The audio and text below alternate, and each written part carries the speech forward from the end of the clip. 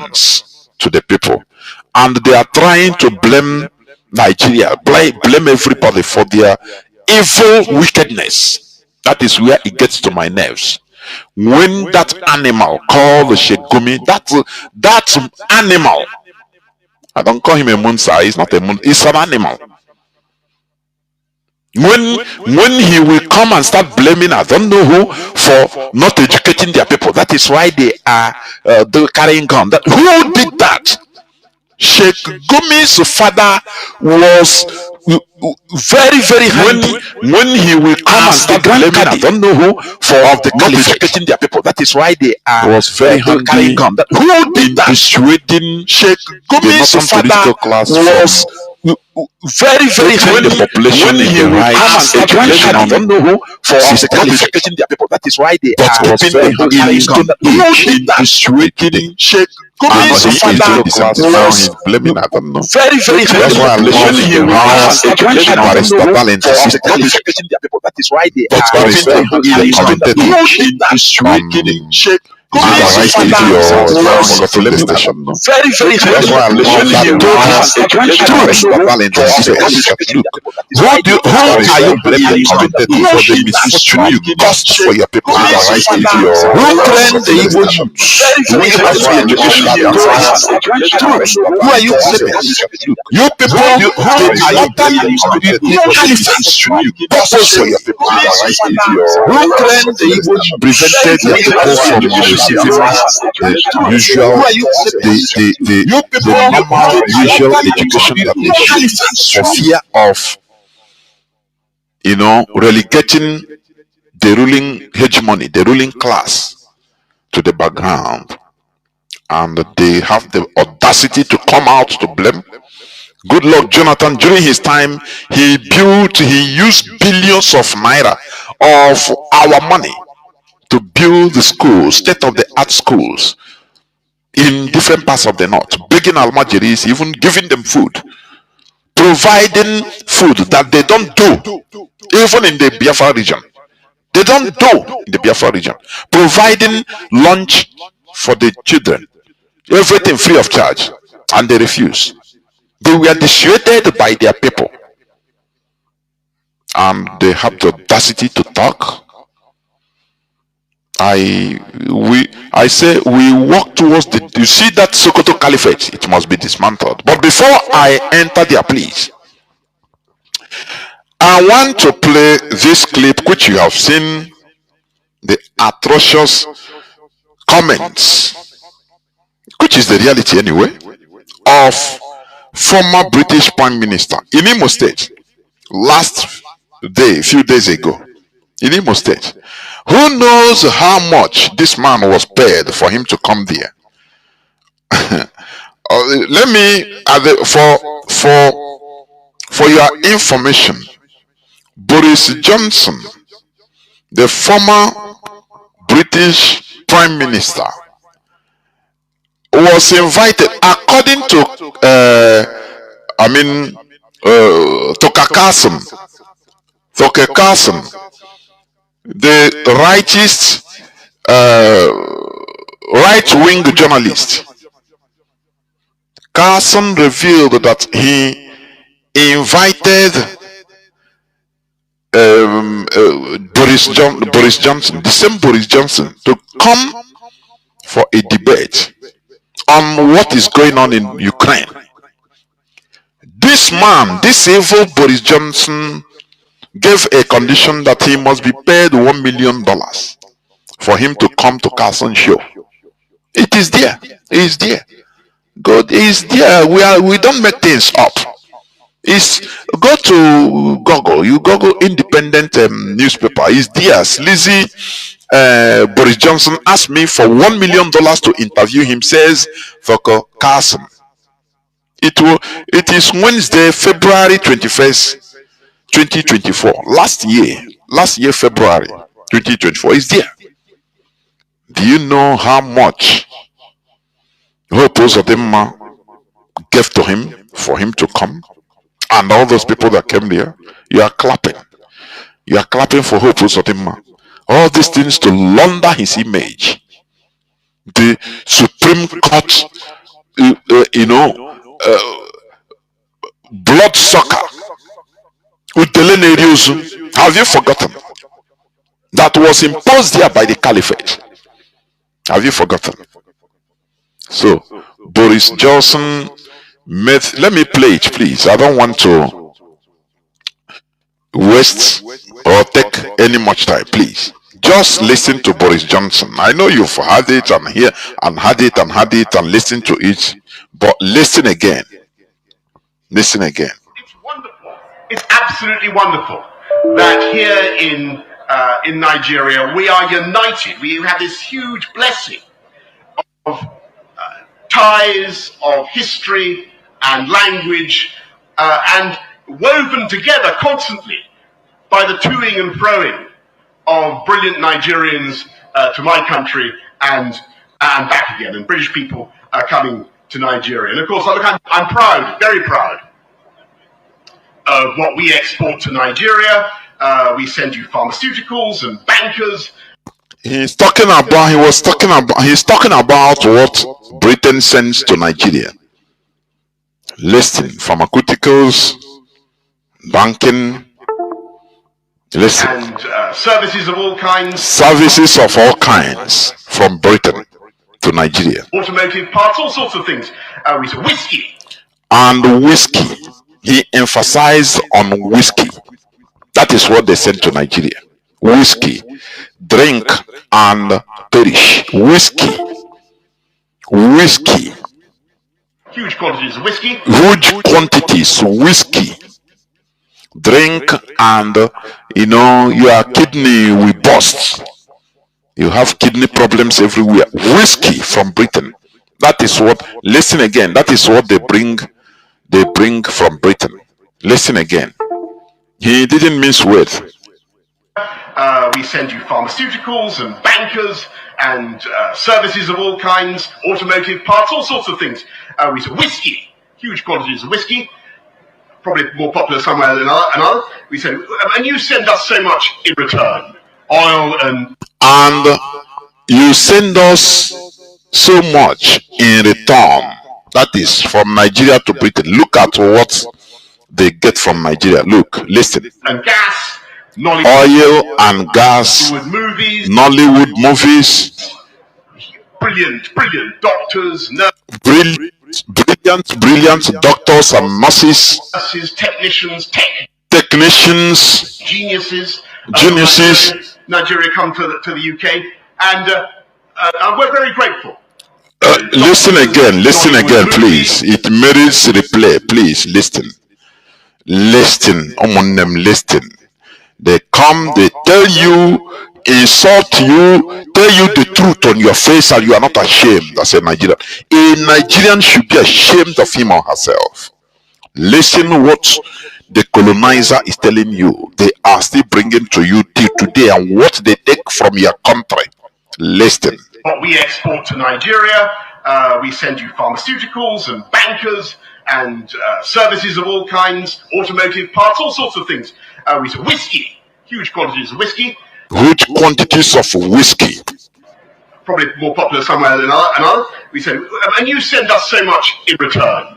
Oil and gas, Nollywood movies, brilliant doctors, nurses, technicians, tech geniuses from Nigeria come to the UK, and we're very grateful.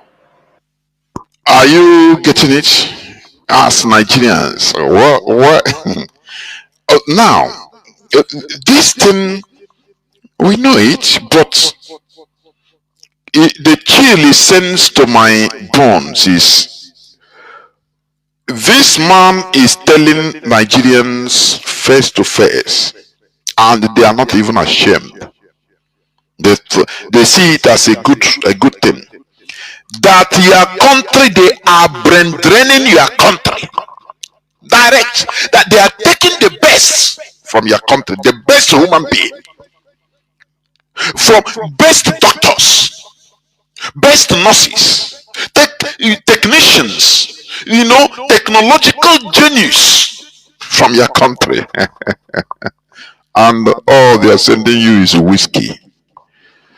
whiskey, go and drink. What do you call that country, please? I want to prick your conscience. I want you to reason like a human being.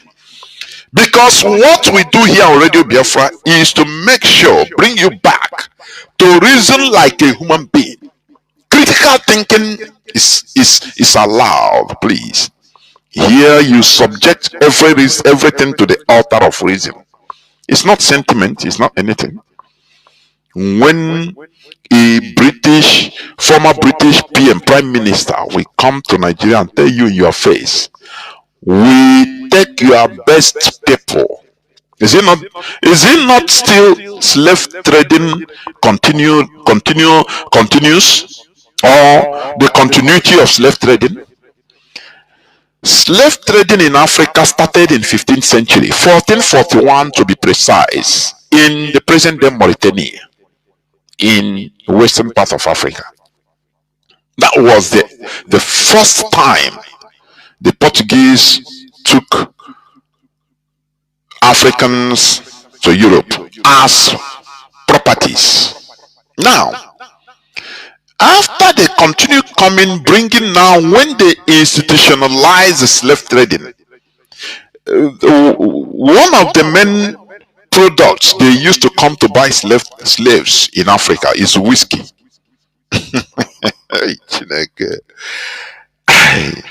whiskey, alcohol, and Africans take it and sell their best formidable people, their youths.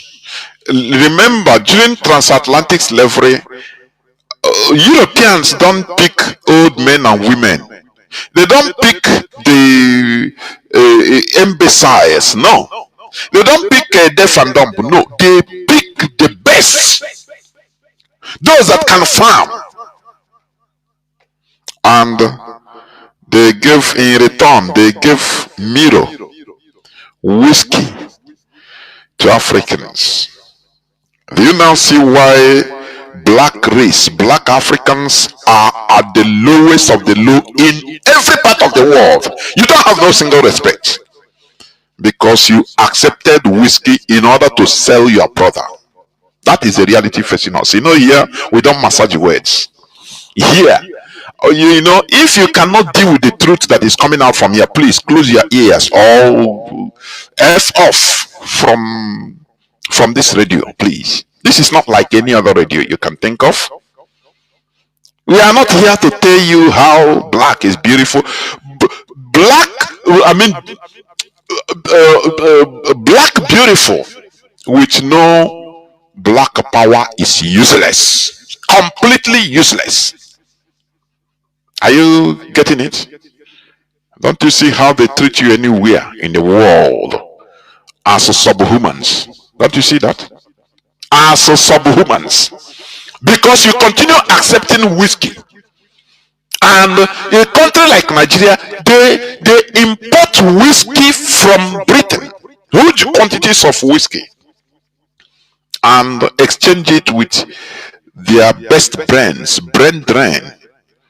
The most formidable resources in this world is human resources.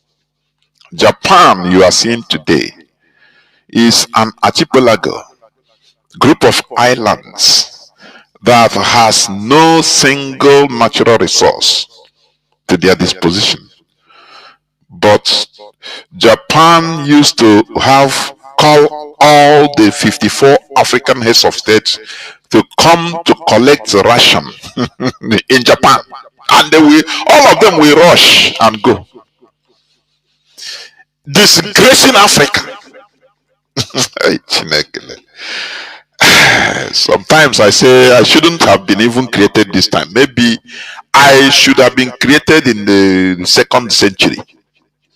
By now I would have, been, I don't know where. I would have formed maybe crude oil somewhere. I don't know.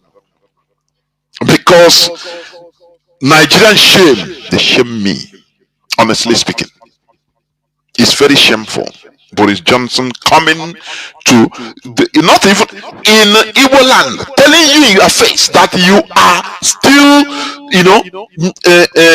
slave coast.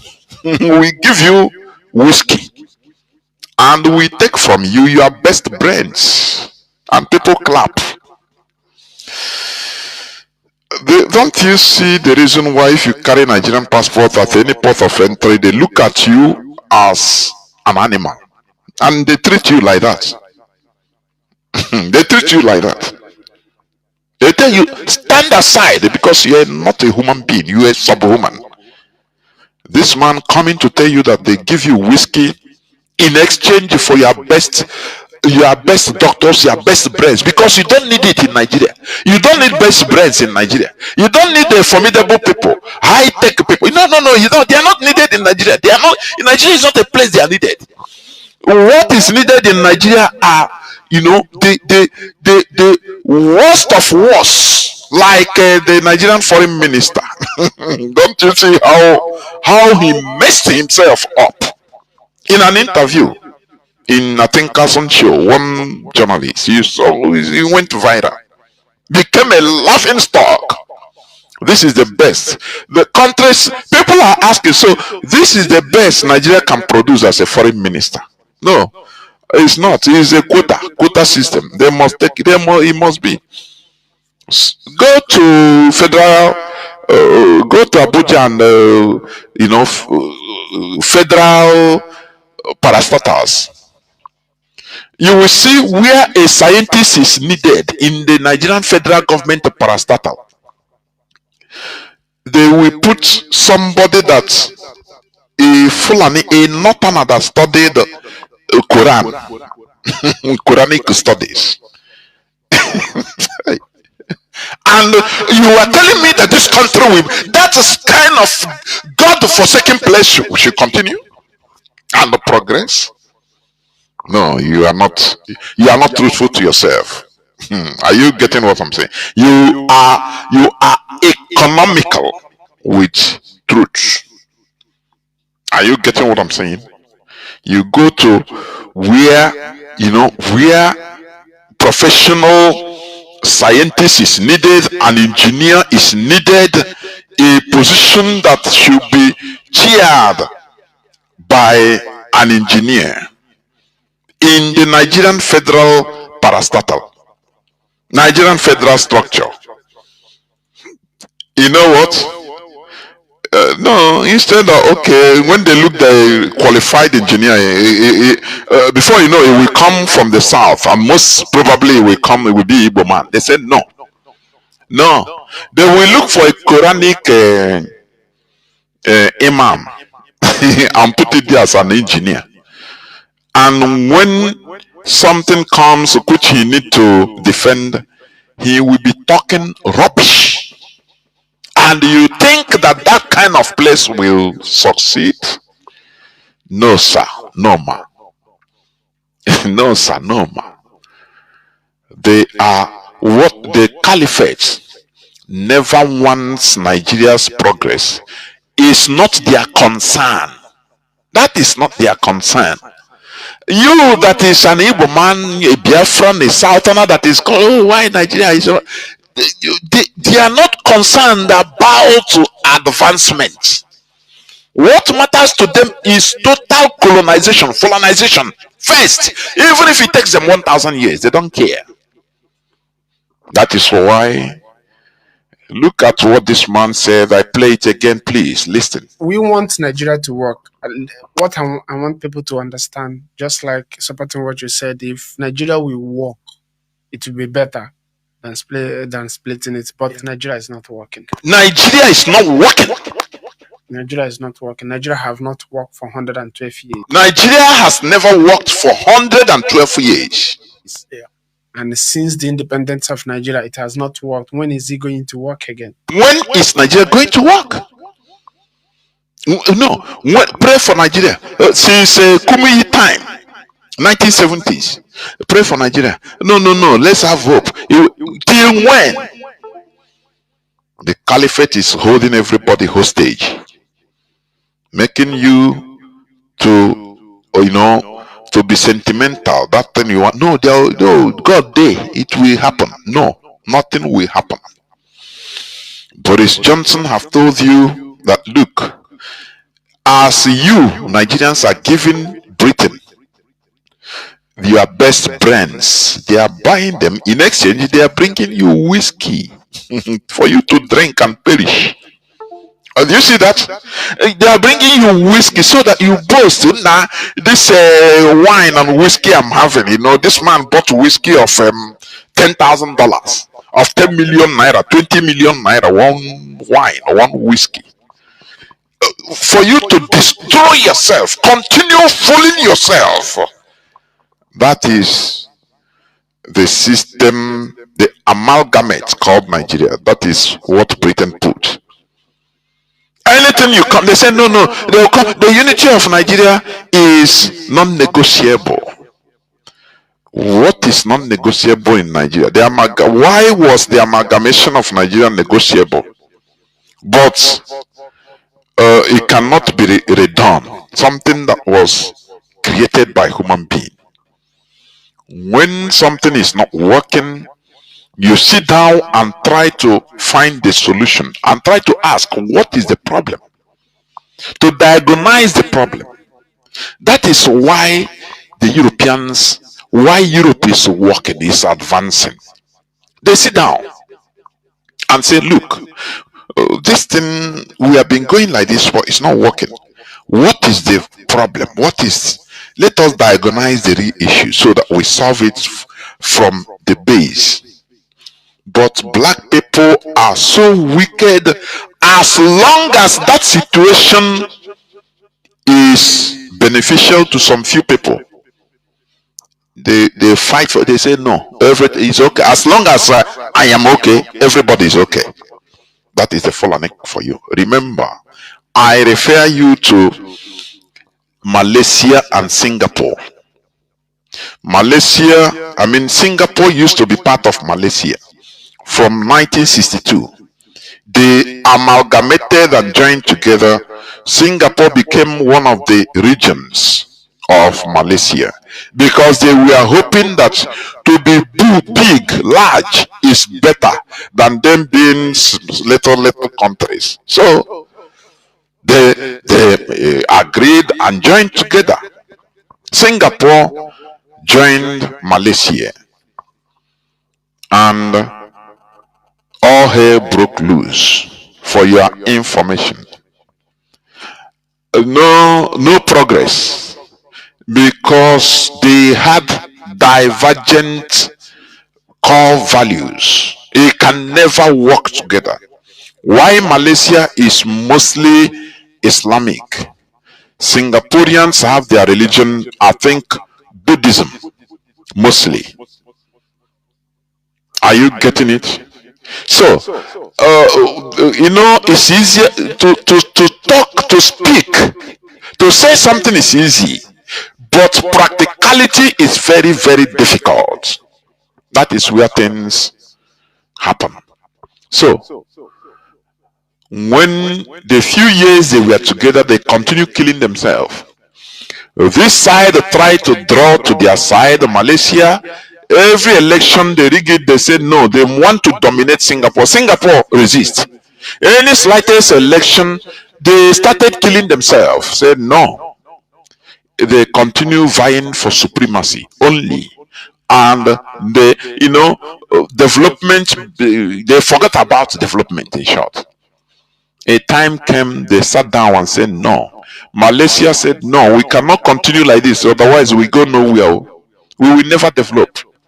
They call Singapore and say, okay, we made a mistake by you and us being together. Please move away from, be your own. What I'm telling you is a historical fact. It's not up to how many years? 1965. The then Prime Minister of Singapore came on television that time and was crying, making the announcement that Singapore has been expelled from Malaysia. They were crying, feeling helpless. But after they comforted themselves, said, no, this is a challenge. Let us build a country. Today, Singapore has #1 passport in the whole world, the best passport. Singapore, not America. Singapore, their passport goes everywhere around the world without visa. They worked out for it. Singapore is a highly developed country today. Do you see that? And Malaysia is also developing in his own way and pace. That is how it's supposed to be. But had it been they continue being together, managing, say no, because of some few politicians among them, if they amalgamate themselves and say, okay, no, we must be together, because they are exploiting the whole population, the country that you see as Singapore and Malaysia matched together will be a quagmire today. It would have been a quagmire today. This has been our logic. You don't dare put Saudi Arabia as part of United States. Are you getting it? Now, you just take Saudi Arabia as a country and put it as part of United States. That they will be together. No. Saudi Arabia will come with their ideology that Sharia, they must control everything. America will resist to say no. Americans, as you see today, they will resist. Say no. Before you know, there will be clash every time, and there will be no development. Are you getting it? But as everybody is separated, Saudi Arabia has their own core value, which is Islamic, and they are developed. They are going their own system. Don't you see how, in Nigeria, in a secular democratic country like Nigeria, so-called, you have Sharia. You have Sharia that is dealing with everybody. You have Sharia that banned the consumption of alcoholic beverages in a country where alcohol is being taxed. The tax from alcohol by the federal government, the VAT, value added tax, is being used, claimed, taken by the northern states that consume alcohol. They don't say no, don't put alcohol money there. No. But it's in the same country. What a confused set of people. Until the population rise up, nothing will change. That's why when I talk to people, they say no, pass through your representative, a political representative. Well, I say, which represent the people that are bound together to exploit everybody? Is this the people that you are going to, that you think that you are representing you? If you have a genuine mindset, a good mind, and you entered into Nigerian politics, when, for example, as a local government chairman, your orientation will change. The system will corrupt you. The system will corrupt you immediately. And you'll be behaving like them. If you don't do like that, you cannot govern. Are you getting it? Look at governors, senators. Most of them are complete criminals, non-criminals, drug dealers. After all, Tinubu was a well-known, imprisoned, convicted drug dealer in the United States. But he's a president. So what are you not saying? That is the system. No person is being vetted. If you are too good, if you don't have any comma in your background as an individual, you cannot be promoted in the Nigerian politics. You cannot grow in the Nigerian politics. Never. They need criminals. Bukola Saraki, go and check his background. The former Senate Speaker of Nigeria, #3 man of Nigeria. He was an armed robber. He was an armed robber. Not his support. He was an armed robber. Bukola Saraki. Many of them, look at them. Look at Wike. What was Wike? Wike was just a tout being brought into governance by TB Kamechi. He was a hooligan. Is it okay? You want to hear it only on Radio Biafra, what you know, but you are hiding it. But these are truths. Look at all of them. You are one criminal or the other. You now grow in the Nigerian politics. You will become welcome because that is how it is. So Boris Johnson came to Nigeria, to Imo State, and insulted everybody, and the people clapped for him. He said what the reality that is. I don't even see it as an insult because he told everybody the truth. That Britain, Britain is bringing to you whiskey. You buy it with you buy whiskey too much, huge quantities of whiskey. In return, they take your best brand because you as Nigeria is incapable of retaining best brands, and that is what the Sokoto Caliphate wants. Pursue the best brands, I beg, so that they can be treating everybody as they treat Almajiris, and you cannot talk. After all, your best brands is in Europe, in America, all over the world, spread. So that is what Boris Johnson told Nigerians face to face, and they will clap. They clapped. After all, you're a white man with blonde hair. Is it not your Jesus? Is it not your Savior? The thing remaining there is for everybody to bow down and worship him. Say, sir, Jesus. He's a white person, isn't he? He can tell you that in face, and you do nothing. You don't have a retrospect of what he told you. We have been buying you people with whiskey, with mirror. Today is the same thing. After going to 700 years, the story never changed. Only is in another dimension, but they are still doing the same thing. You call yourself a sovereign country, but your best brains are in London, in the United Kingdom. Your best brains are in America. Your best brains are in New York, in Australia, in Canada. Because you as Nigeria is incapable of retaining this. Nigeria is a country where a teacher that suffers to train doctors, a teacher that suffers to make a difference in turn a child into a pilot, a teacher that brings up a president, he is being rewarded with less than $100 a month. Whereas the useless criminals and hooligans you call politicians are being rewarded in the best way with different, they change cars at will. I have played for you here the remunerations of a former governor, former vice governor, what they get. Every 2 years, their fleet of heavy cars were changed, new chassis every 2 years. They are being paid for life.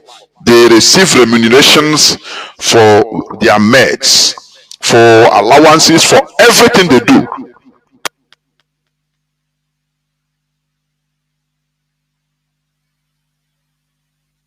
Whereas ordinary teachers are being treated like sub-citizens.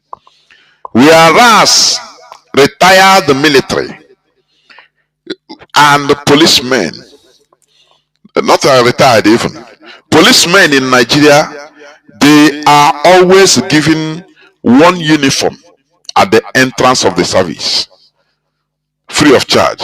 Only one uniform with the boot. After that, you have to pay for your uniform. Military, the same thing. It's only happening in Nigeria. And the people are saying that this country is sustainable. These are the people that will destroy the world. The people that see evil and they keep quiet. That is it. A country where their police, you enter police service today. After training, they give you the uniform, the complete uniform, and that is the end. From that time, any other uniform, even till your service, 30 or 35 years service, you buy it with your money. Sometimes they don't even pay you for months. So that what you gain is what you extort from people. The money you use is what you move out, use your gun. You can rob people and make your money. No person gives you uniform. What I'm saying is verifiable. It's not, we are not saying this in order to, no. These are things that are verifiable in Nigeria. As policemen, do they give them uniforms? Once in the police life, in their police life, they give them. After that, anytime they want, they have to pay for it. Since military, you say that this type of place should be left to continue existing, is they are occupying space in this world. Occupying space for nothing. Do you see the Nigerian politicians, political class, the elites? All of them need to be fired in a very horrible way. I am telling you. From the south to north, west to east, all of them, they are evil. They are evil. The system they put there makes you cannot. There is no way you can be a good person there. How can? What can you do? Changes in a democracy always starts. Genuine changes start from the population, because it is the population that is the only people that is more than the country's constitution. Are you getting it? The constitution of a country is supreme, but in a democracy, the people is more supreme than the constitution. That is why in a democracy, people can rise up and go and bring down an elected president or prime minister, because the power belongs to the people. That is why you see it happen in Bangladesh, you see it happen in Sri Lanka, you see it happen in Mali, you see it happen in Sudan, you see it happen in many places. It is allowed, that is normal. But it can never happen in Nigeria, because this person will blame this person, this tribe will blame this tribe. They will use listen again, please. Okay, man, is the reality. Yeah, this experiment did not work, and it's taking more lives than it's keeping. It's taking more lives than it's saving. Everybody is just like so many people in Nigeria. If let me just use for an example, the three major ethnic group in Nigeria. Sorry for others, it's not an insult, but it's just like these three major ethnic groups cannot get along. Even from that time till now, they still cannot get along. If anything happens, this one is blaming this one is blaming this one cannot support this one for the progress of the entity they belong to right now. It's just leg ahead here, division here, after 112 years old. What do you think is it dividing the nation, or we can still keep it fooling ourselves? One Naikuroku here. I know, as you are in the zoo, you ask the right question. With all these things, do we divide the country, or we continue fooling ourselves? He said it to her. Do we continue fooling ourselves, or we do the right thing, or we go the way of Malaysia and Singapore to solve the problem? People They always tell you, no, hey, look at South Sudan, no, it broke, and this and that happened, and they start war. It is better we even clash as a people, because there must be ricochet effect, temporary, but after everything, brothers must come back to the table and build themselves, because they have core value, the same core value.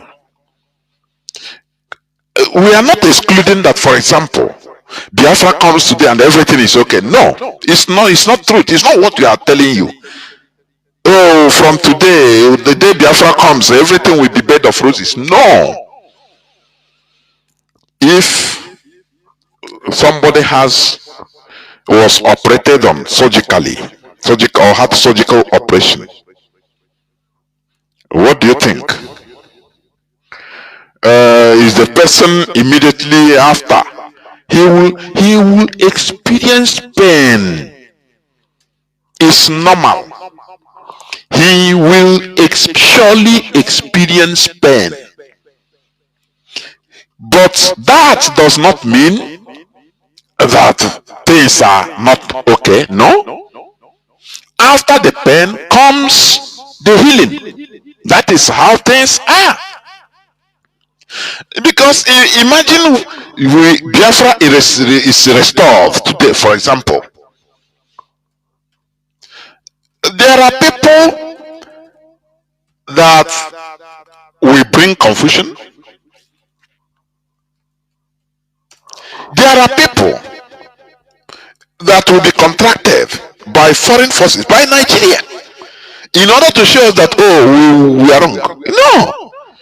The problem might occur, skirmishes, problems, this and that. This one agree. That is resettlement. We are resettling issues. It can cause problems, but just for a time. It will not last. For a time, everything will fall into place. The voices of reason will prevail. That is how things are. Remember, if you study history about India, you are seeing today, India, when India was trying to obtain their independence in 1947, there were confusion everywhere, because they were trying to rearrange themselves from the colonial arrangement they have been in. So that rearrangement cost a lot of life. That rearrangement cost more than 2 million lives, with more than 20 million displacement. Are you getting it? But at long last, what happened? Pakistan is there, moving, developing. You can never compare Pakistan with Nigeria. India is there, developing in their own pace. You can never compare India with Nigeria, but India was colonized like Nigeria. Britain tried to do to India what they did to Nigeria, to form a very big giant zoological primitive republic. But the people there, they are wise. They reshuffled themselves and said, no, we cannot dance to the tune of how these foreigners, the Europeans, kept us. It's impossible. No. And they reshuffled themselves. That reshufflement took lives. More than 2 million people lost their lives. More than 20 million were displaced. They move up and down. Refugees. But today, if you have kidney problem, they say fly him to India. If you have any slight, you go to India. India is a nuclear power, same as Pakistan. You can never compare India with Nigeria. Never. It's incomparable, because they did the right thing. Those things that Nigeria don't want to do. That is it. So, you see, even the people that attended that so-called Imo State Economic Forum, Look at them. All of a sudden, all of them, everybody is investing. Is paper investment, lip service. All these things are in order to showcase that they are doing something. All these things are happening in order to calm our people because of the what agitation that we are doing. That is true. To tell our people that look, there is a future in Nigeria. There will be investment everywhere in Imo State. So do not join IPOB. Disregard what they are saying. It is propaganda. So don't worry. As long as we are in Nigeria, there will be development. There will be investment everywhere. Continue. Just continue having hope, and you continue. Tomorrow is Sunday now. You go to church and pray. Maria for Nigeria. You will continue praying. You go pray, tire. Nigeria no go nowhere. They call themselves giant of Africa. If you are really, do you know that Boris Johnson can never go to a place like India and make this statement? If Boris Johnson make this statement in any part of India, the population will come out and call for the resignation of their prime minister immediately. They say, oh, they are under colonization. Oh, Britain is giving, they are importing huge sums of whiskey from Britain. Why Britain is taking their best brands, their best genius, technical genius, scientists. They will immediately bring down that government. But Nigeria, no, everything goes. Everything goes. So the Nigeria people do not even think about government in Nigeria. They think about God, Jesus, or Muhammad. That is a solution to everything now. So why are you bringing back people's mind from? No. They have solution. The solution is pray 5 times a day as a Muslim, and everything will be okay. Forget about what you are here. It's not. They are spiritual. They are spiritual. Everything is spiritual. It's okay. So why do you worry yourself? Jesus is there to solve the whole problem. So why would they even think about worldly things, about what Boris Johnson is talking? That is how foolish Nigerians are. And this foolishness is affecting everybody. Tomorrow he will sell everything he has or take his last money and apply for visa to UK and go to UK. God have done it for him. Every day where will be called, brother or sister, send money, you there, beg, go send. And they will be brainwashing them. All these scammers in Nigeria, they call pastors and reverend fathers, will be scanning them. You have to pray so that God will use your brother or your sister abroad. Once you do this and you call him, he will send you money. This is the wrong way that our people is heading to happily, and they think it's right. No, it is not. It is not. So let me stop here so far, because do not forget that tomorrow also we will be on X from 5 p.m. please, from 5 p.m. Biafra time on X, Radio Biafra Live. We shall also discuss some of all these things there. Please, you are all invited, and invite your brothers, your friends and well wishers on X. That is Twitter space. Please. The last 2 days I hosted members of the DOS here, the deputy, and I had issues I hardly experience, honestly. Sometimes I cannot understand. Sometimes in the studio you'll be it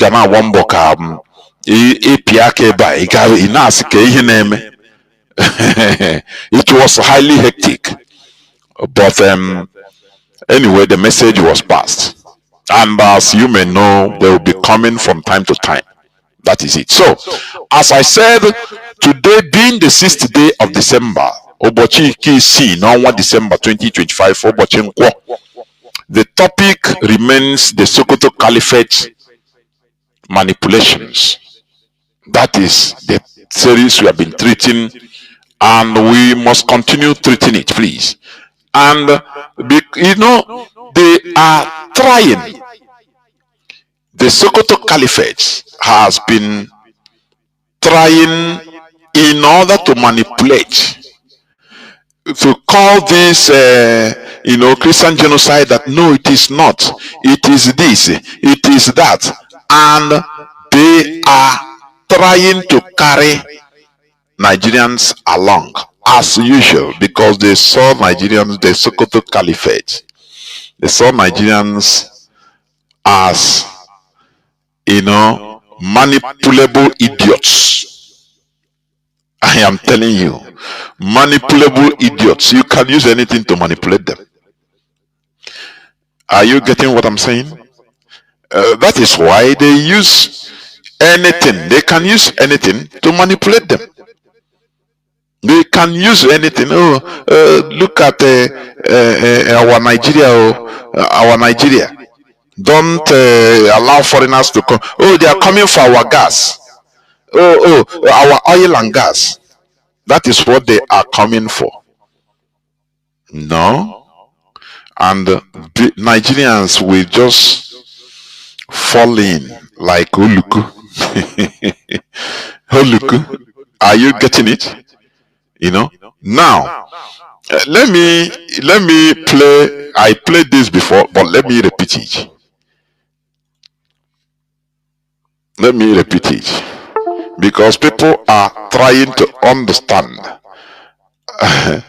what the Sokoto Caliphate manipulation. Managed to read that it's an easy cover, because initially when they sprang up in the northeastern part of the country, they came out plainly, this is what we want, and they were quickly proscribed. But spreading to other parts of the country and doing that, they need a good cover, and they have found it in climate change. That basically is what I'll say, especially they use climate change as a cover. That is the manipulations of the Sokoto Caliphate. Meanwhile, let me tell you this. You see, the Sokoto Caliphate we are talking about. Let me also play this first before I dive in. Although I will not try it, I will try to limit the time. Please listen. You see, the Sokoto Caliphate must be dismantled. I initiated this a few weeks ago. We must continue. Something. You see, sometimes you come to this platform. When you open your mouth, sometimes you don't even know what you're saying. But after you find out that, look, so like sometimes I used to listen to my broadcast. I said, did I really say this before God and man? So how did I really say this?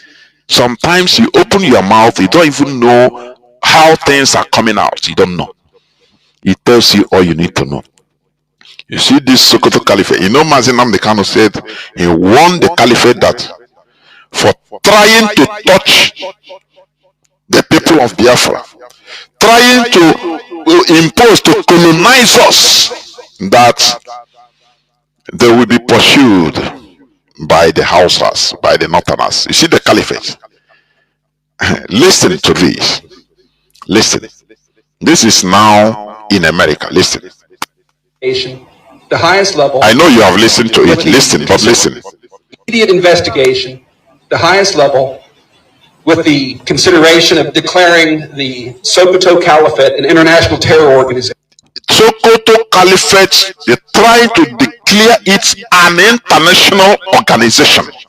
And later I will tell you why it should. I will tell you why it should be declared as an international terrorist organization. Because let me tell you, the Sokoto Caliphate has no space in this 21st century. It is outdated, and it is outdated. Listen again.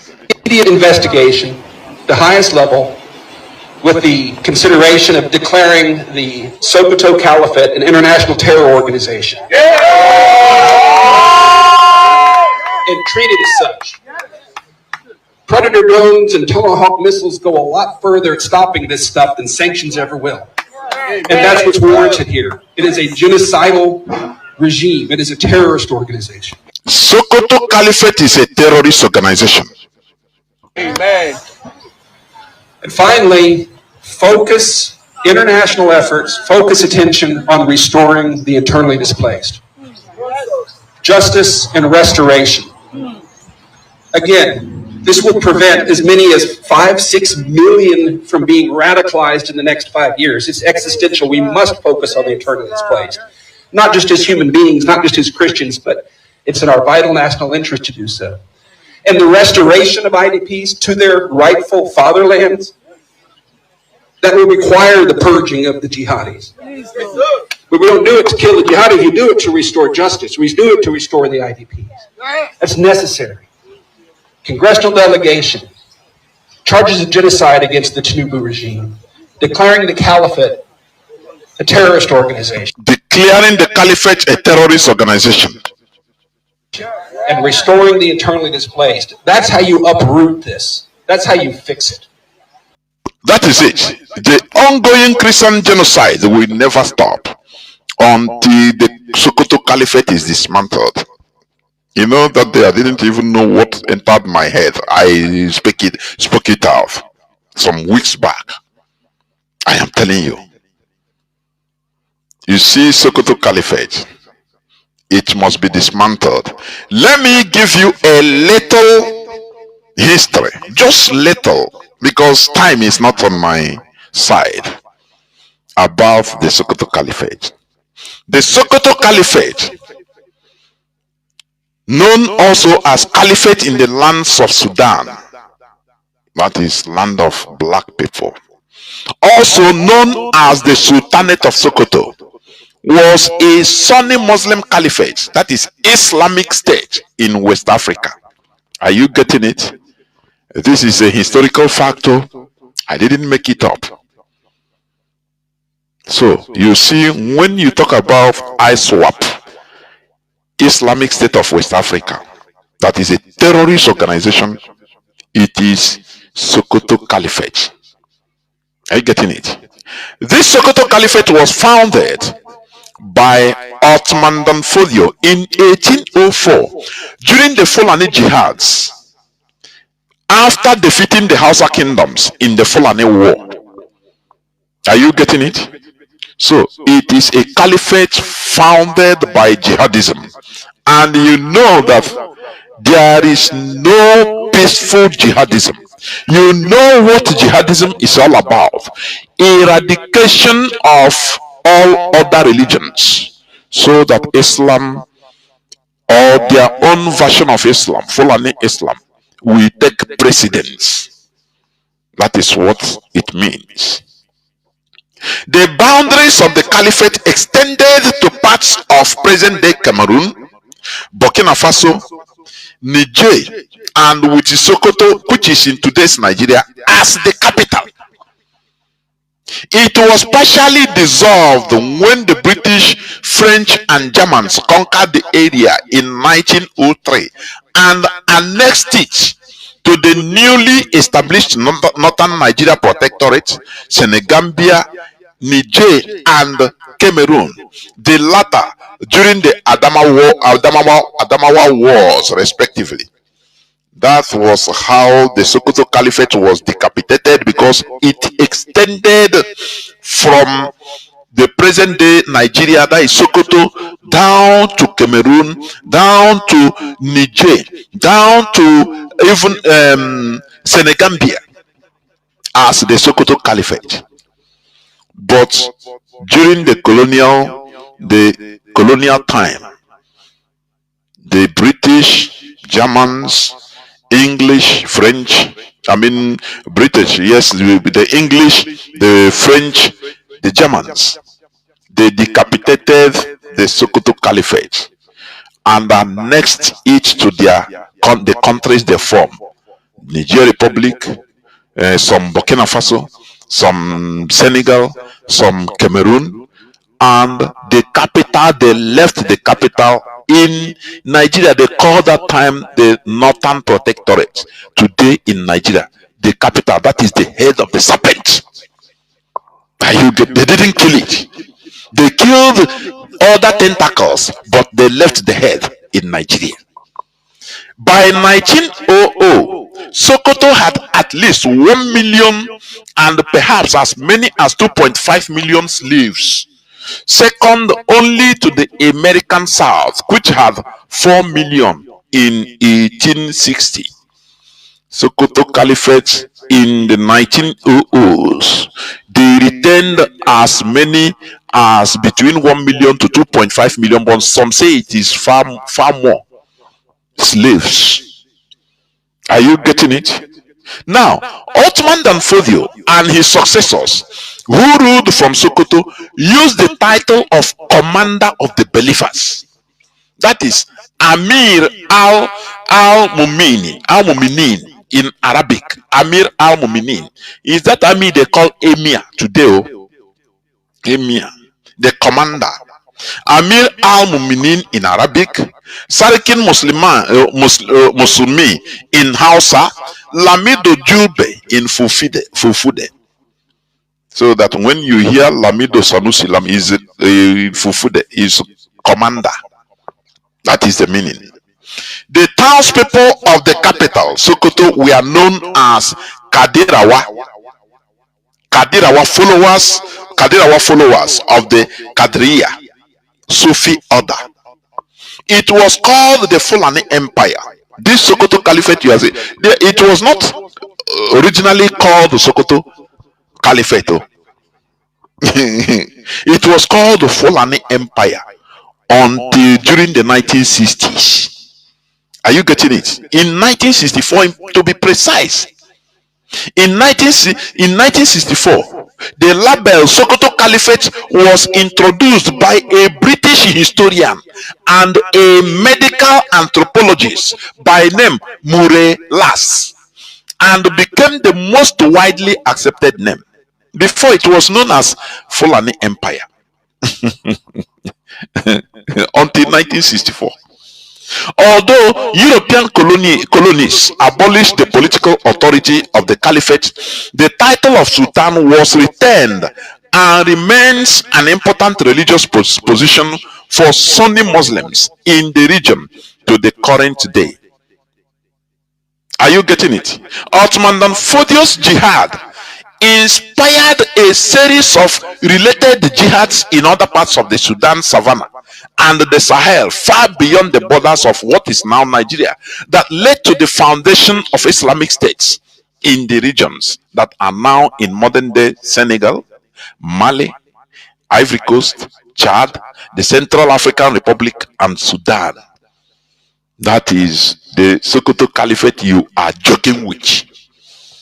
The Sokoto, Sultan, you are joking with it. You don't know that is the source of the terrorism that you are seeing today. That is the main source of the problems that all of us are having. The legacy of the Sokoto Caliphate and Ottoman Dan Fodio's teachings have left a lasting impact on the region's history, including contemporary Nigeria and other parts of West Africa. That is what we are suffering today. How do you think that we can stay with these people like this? How? Tell me. How? Tell me. Tell me. Let me give you some examples, because I say I will not. I gave you the just a little synapse of the Sokoto Caliphate. The very brief history for you to understand that what is happening today, even not only in Nigeria, even in faraway Burkina Faso, in Mali, it is the institution of the Sokoto Caliphate that is taking place. They continue this jihadism. Do you think that in jihad, they romance? No, they kill. Are you getting it? This is why the people in the high places in Nigeria are these Islamists, Salafis, complete Islam, people that have no reason being in governance, even being outside. People that have no need of being in the 21st century daylight, they are there controlling Nigeria. And I'm happy that some American congressmen and women are understanding what is happening in Nigeria, that the problem is the Sokoto Caliphate. It must be dismantled. Are you getting what I'm saying? It must be dismantled. That is the truth. You see, the clip of Pastor Emmanuel Bosun I used to play. You see the clip. Now, Babangida in 1985 or 83, dipped his hand and took $21 billion from the Nigerian coffers and gave to OIC for the complete eradication of non-Muslim religion in Africa, particularly in Nigeria. What do you think? And you are looking for your problem elsewhere. You are looking for this Boko Haram, they are killing people. Government to come and help. Who is the government? It is the government that is sponsoring them, because that is how Nigeria is meant to be. Do you ask yourself, why is there Muslim ticket? Because they see the complacency, the indignity of the so-called Christians in Nigeria. Give them money and do anything you want, because what they want is money. So the caliphate is on the move, but today the caliphate must be stopped. Let me read this news headline, which was on April 14th, 2021. April 14th, 2021. You can go and Google it. It's still there. This is about Yesa Pantami. He said, the headline read, I support terrorist groups like Taliban, Al Qaeda, not Boko Haram. Minister Pantami. This is April 14th, 2021. Now, let me read a bit. Though Nigeria's Minister of Communications and Digital Economy, Esa Pantami, denounces any allegiance to Boko Haram, he expressed support for the global extremist group, the Taliban and Al Qaeda. That is the person that was hired as a Minister of Communications and Digital Economy. He had a degree in Quranic teaching. He handled every Nigerian data. That is why everybody's personal information is in the hands of the terrorists in Nigeria, for your information. Are you getting what I'm saying? Because Nigerians are fools. Nigerians, because of the hatred of Igbos, they become more gullible than anything. They hand over the data. Do you know what it means, data? Let me tell you. You see, according to reports, you see that brigadier, that General Buba, which they killed, the Boko Haram captured him, where they killed many hundreds of Nigerian military personnel. They captured him and the commander. They executed him summarily. Do you know what happened? When the terrorists attacked the movement, do you know what a general is? Do you know what it takes for somebody to reach the rank of general? But a general was abducted and killed by the terrorists. Even the president of Nigeria did not make a statement about it. Things continue. Nigerians kept quiet. Everybody is murmuring on his own, in his own house. This is how the caliphate has made Nigerians very powerless. Now, the story about this man I wanted to bring is this. They say this, according to the report. This general escaped. When they attacked, they ambushed the convoy, heavy convoy. The terrorists ambushed them.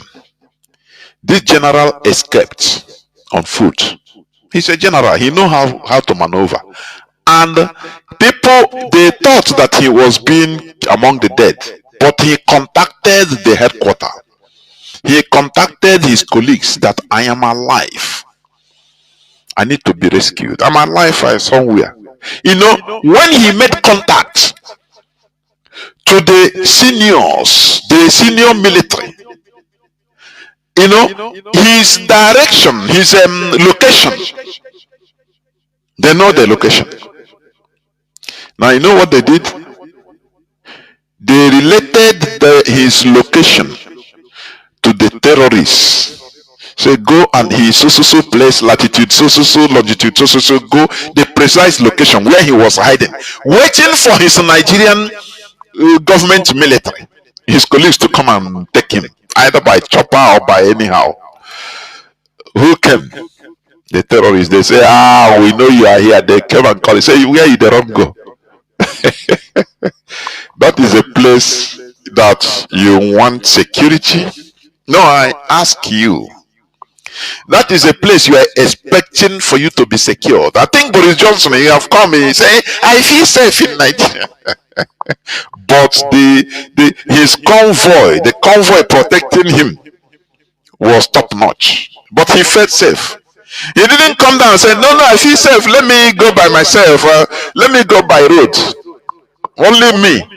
From Owerri to Onitsha to Benin to Lagos. No, let me feel Nigeria now. I'm safe. Everybody is now around Nigerians because they are stupid.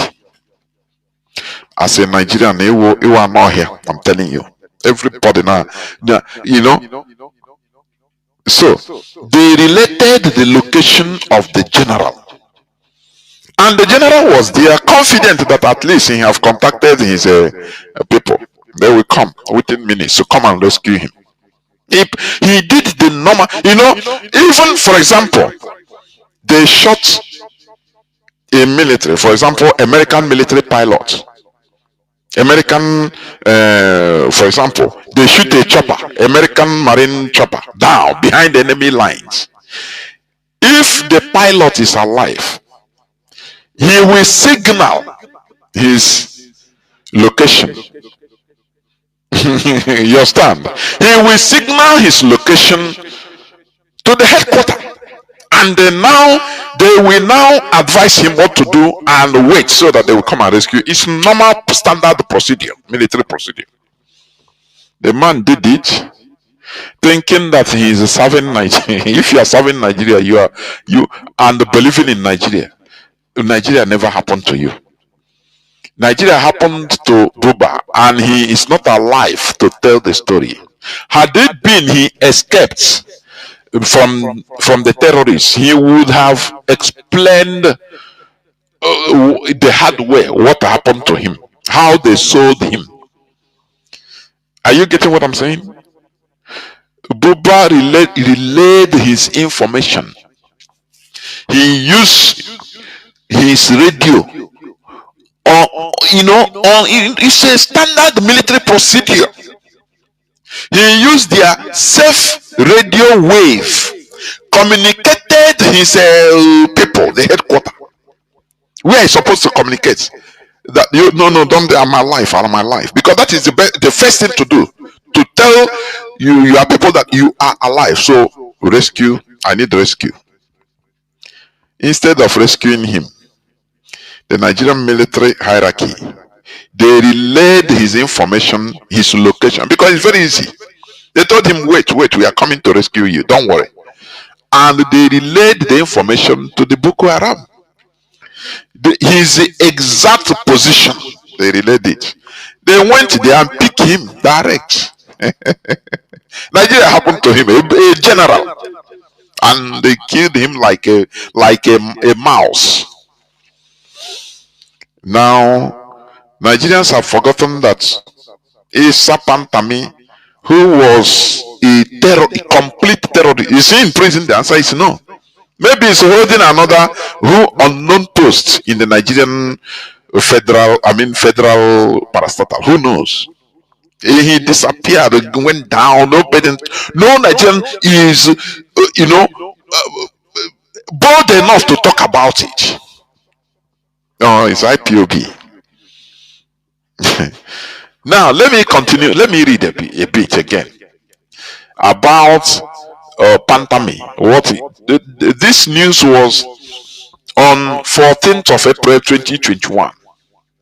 Now, this jihadist, according to Pantami, that time, this jihadist is an obligation for every single believer, especially in Nigeria. Mr. Pantami said in one of his vicious sermons in the 2000s, "Oh God, give victory to the Taliban and to Al Qaeda." Are you get? But he was made a minister, and not an ordinary minister, not a minister for health, no, a strategic minister that handles the Nigerian population data. Do you remember when they take, when your VPN, not VPN, sorry, NIN, National Identity Number, you use it to buy phone SIM card. Do you remember when it was very common? They will use your NIN, give to terrorists or kidnappers. They will use it, commit crime, commit their terrorist activities, look for, collect ransom, millions and millions of naira. You will be in your house, they will come and collect you, say it's you. Because they use your data. Your data is not safe in a government that you trust, that's supposed to protect you. Your personal data is not safe. Courtesy of who?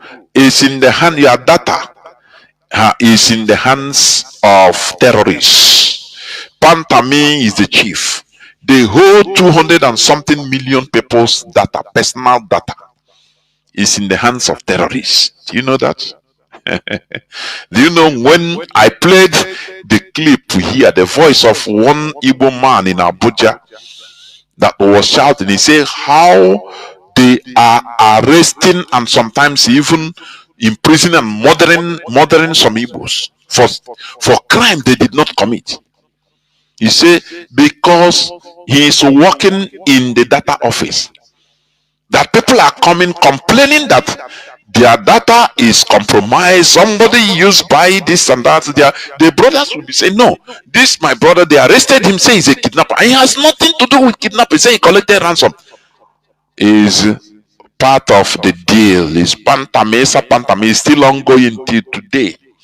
That's why terrorists, they will collect ransom, they will make videos, post it on where they are, the money they collected, all these Fulani terrorists. No person goes after them. Do you remember when Ebube Monso, his Reverend Father friend, was kidnapped in Anambra by the Fulani, and the police refused to go after them?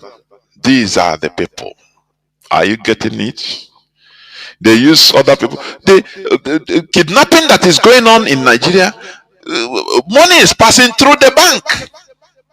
They can use your NIN, do the business, you will not even know. Innocently. If they say, okay, let they do, they will come and collect Igbo and say, now you are a kidnapper. You say, no, be me. Before you know Nigerians are evil. They will say, beg, kill him, na them. See us, he they fine, he they nice, he they blow, he they ride nice car, na him. They condemn you without anything. That is how wicked Nigeria is. That is how wicked Nigeria is programmed to be. It is the Fulani Caliphate manipulations that is ongoing, turning everybody into the monsters and wicked evil people they are till today. That is what is going on. Now, let me continue reading, please. Mr. Pantame's call to jihad and unalloyed support for murderous group groups portray him as a dyed-in-the-wool Islamic fundamentalist. Yet, President Muhammadu Buhari appointed Mr. Pantami as communications minister to control the country's massive data and telephone infrastructure and other sensitive details of national intelligence. That is the colonization, that colonization, that is, it was ongoing, it has been ongoing, and Nigerians are moo. They will not wake up. If they try to steer, not, I'm not saying waking up, steer, they'll tell them, no, it is a climate change. No, look, Igbo man, hey, if you wake, Igbo man will go. Don't look at us, look, watch Igbo man. Igbo man want to control your economy. So just they will, control everything. So look at they now turn back and start watching Igbo man. Whereas the real terrorists are on their rampage, doing what they know best. That is how it is.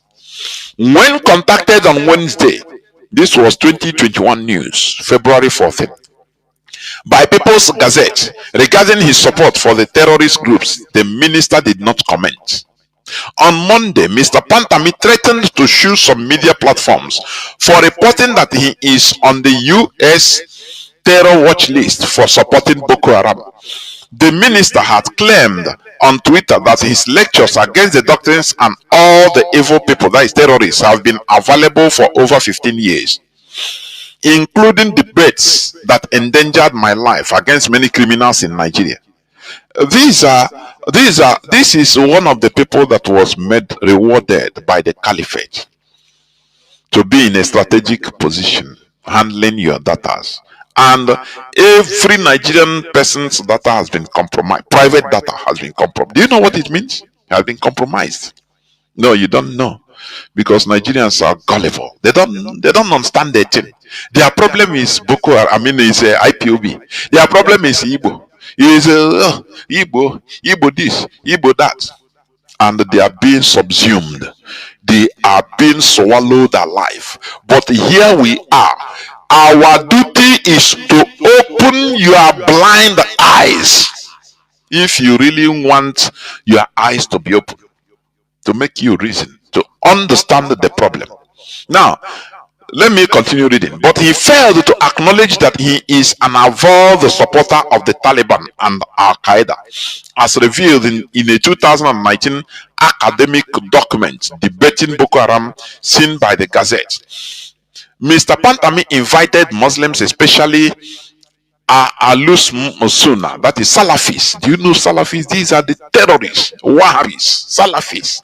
In many countries, even in Egypt, you see these Salafis, they are all in jail.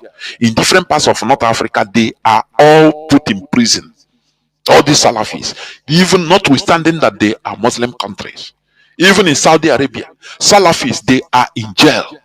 Or they expel them to go outside, do your dirty job outside instead of doing it here, because they know what Salafis can cause. They are terrorists. Are you getting it?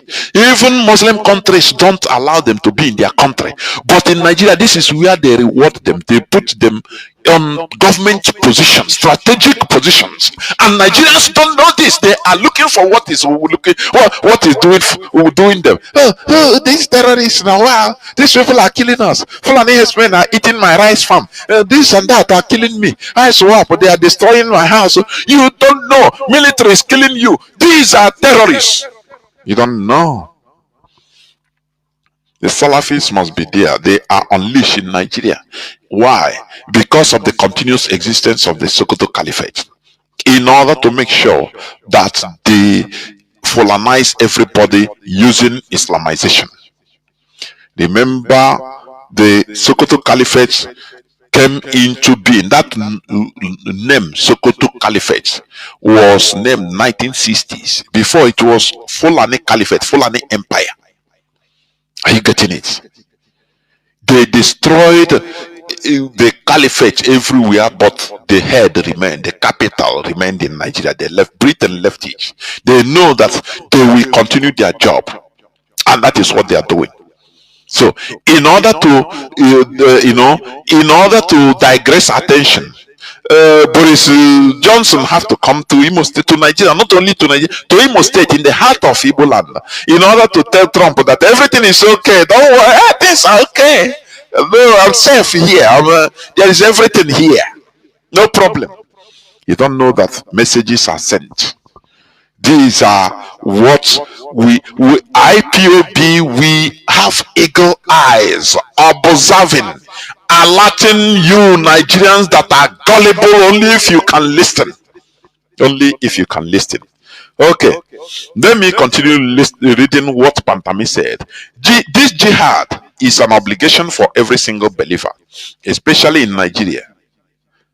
He added, Mr. Pantami's comments were translated by Professor Andrea Brigaglia, an African expert at Naples University in Italy. Nigerian scholar Musa Ibrahim of the University of Florida in the United States contributed to the paper that explored the onset of Boko Haram in Nigeria. These are people that formed all these terrorist groups since, but they are rewarded being in the helms of affairs in Nigeria. Even Olawumi, Professor Olawumi, ex-commodore, the Nigerian military spy, that revealed that he say he know many of them, all these terrorists that have risen to be in Asorok. Some are governors and past governors, senators, everything. Is Nigerian Senate did not call him to come and reveal all these things to us. Nigerian judiciary did not subpoena him, say, this is as a matter of national security. You must come to explain yourself. Either you reveal all these things or but nothing happened. How can a country like that? Don't you see that they have a pathway? The caliphate has a pathway. They are doing what they are doing because they know that Nigerians are manipulable. The indigenous population there, they are gullible set of people. That's why you see Gumi is being perambulating everywhere, talking anything he wants. All these things he cannot. A person that was deported from Saudi Arabia in 2010, Sheikh Gumi was detained, imprisoned in Saudi Arabia, the capital of Islam. They say we don't want this type of is medieval. We want to even modernize more and more. We don't want this garbage that is coming. Go to where that you need to spread more Islam to the infidels. That is where you are needed. Go there, fight jihad. That is what they sponsor. Let me tell you something. You see, during the colonization process by the Europeans, you know what they did? Let me tell you. They are criminals in Europe that's supposed to be in prison. When they sentence their murderers, what I'm telling you is a historical fact. It's not something we make up. Their murderers that's supposed to be hanged in their various countries in Europe, in their kingdoms in Europe, because all those times it was mostly kingdoms and feudal system. You know what they used to do? They send them out. They say instead of killing them, send them abroad. At least they can be useful there. Let them go and kill the indigenous people, conquer anything. That is why you see many of them. You see in Africa they committed horrible crimes. The Europeans. In America, the same thing. They wiped out communities, villages without any remorse because you know they have been murderers. They are killers. So Europe say we don't need these people in this our country, otherwise they will be killing people, causing problems. And if we kill them, it's of no need. We lose them. So we rather send them abroad. Let them go and deal with the indigenous people. At least they can conquer, they can kill the people, and we get the land. And that is what they did. So this is what countries like Saudi Arabia is doing. When they see all these Salafis, they don't allow them in their country. They say, okay, you are more, yes, here Islam is already propagated. So this is the head of it. We don't have infidels here. You are useful. Where you have infidels, go there. They know these people are killers. They are terrorists. Don't you see Osama bin Laden? Was Osama bin Laden allowed in Saudi Arabia? You know, here we prick your knowledge so that at least your brain, you reason. Why Osama bin Laden was not allowed? He's a Saudian, but he was not allowed in Saudi Arabia. He's a billionaire, son of a billionaire, Saudi billionaire. Because they don't need that type of person there. It's only problem killing, that is what they know. So instead, and they will not kill him because it's an asset to them. So send them abroad, let them go and fight where, you know, after all, we can deny them. We can come on air and say, no, these people, they are not representing Islam, neither are they representing us, this and that. But secretly they adore what they are doing. That is it. The Europeans did this. That is why they were able to colonize places around the world. They sent out their killers, their murderers, their rapists, their child molesters. You know, they sent out all those people that are supposed to be causing problem, molesting children, raping children, pedophiles. They sent them down to Africa, to South America, and say, oh yeah, that is why you see they committed unprintable atrocities, the European colonizers. As long as they are not doing it in European soil, and they helped to also conquer the land for them, and the government took over. So they knew what they are doing, or they knew what they did. The same thing, countries, Arab countries, they know what they are doing with all these terrorists. Instead of them to be in, come to their land in order to destroy them, because when they come, they will find fault. When Osama bin Laden or Sheikh Gumi will be in Saudi Arabia, you will find fault that, look, oh, they are not even practicing real Islam here. Why should this? And you ask, you start causing problem, preaching problem. So they say, no, we don't want it here. Go abroad, stay there. You go and kill indigenous, convert infidels in Nigeria, bring them, use a sword to kill them. They can easily deny, but secretly they love it. They can easily deny them. That is how things work. Are you getting it? So, let me continue reading, please. According to Pantam, this top journal publisher in several months before Mr. Buhari tapped Mr. Pantame as a minister, Mr. Pantame's violent preachings, which he rendered in Hausa and Arabic throughout the late 1990s and early to mid 2000s, has gone largely unreported in the Nigerian mainstream media. They don't report them. Yoruba, brown envelope journalism, media, Yoruba. Oh, if they report it now, Igbos will carry it and you know, it will be to Igbos' advantage. No, leave. Let us keep quiet, and they will be dying. That's why Kwara will remain where it is, in the hands of the caliphate. Because all their problem is Igbo. As long as they are on top of Igbo, they're okay. Even if the Fulani, they are killing all of them. Oh, no, Igbo. No, don't worry. Because if we arise against the Fulani, Igbos will also get more power. So let us join them. Don't you see even the Daddy GOs, Yoruba Daddy GOs, they refuse to come. They say there is no Christian genocide. Adebayo, don't you see that? Don't you see him? Don't you hear him?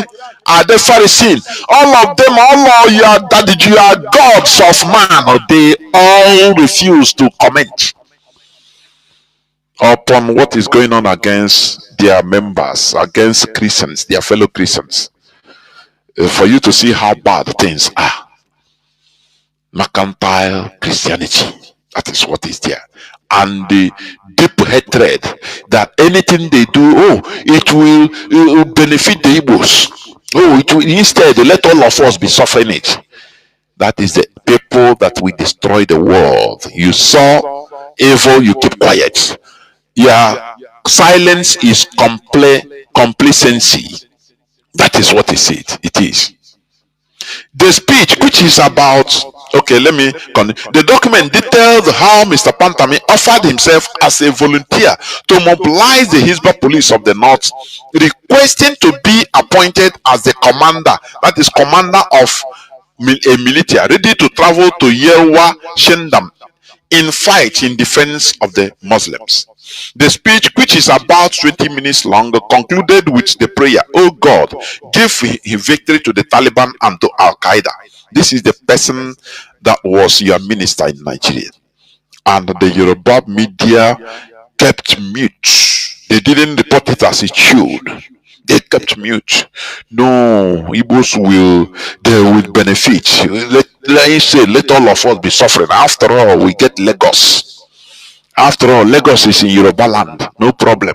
We get the airport. We control seaport. No, we are sitting on the Igbos. They are okay with it. Evil black people. Evil. In your job, boy, in your job, in your job. Evil is evil. This is the person that was in,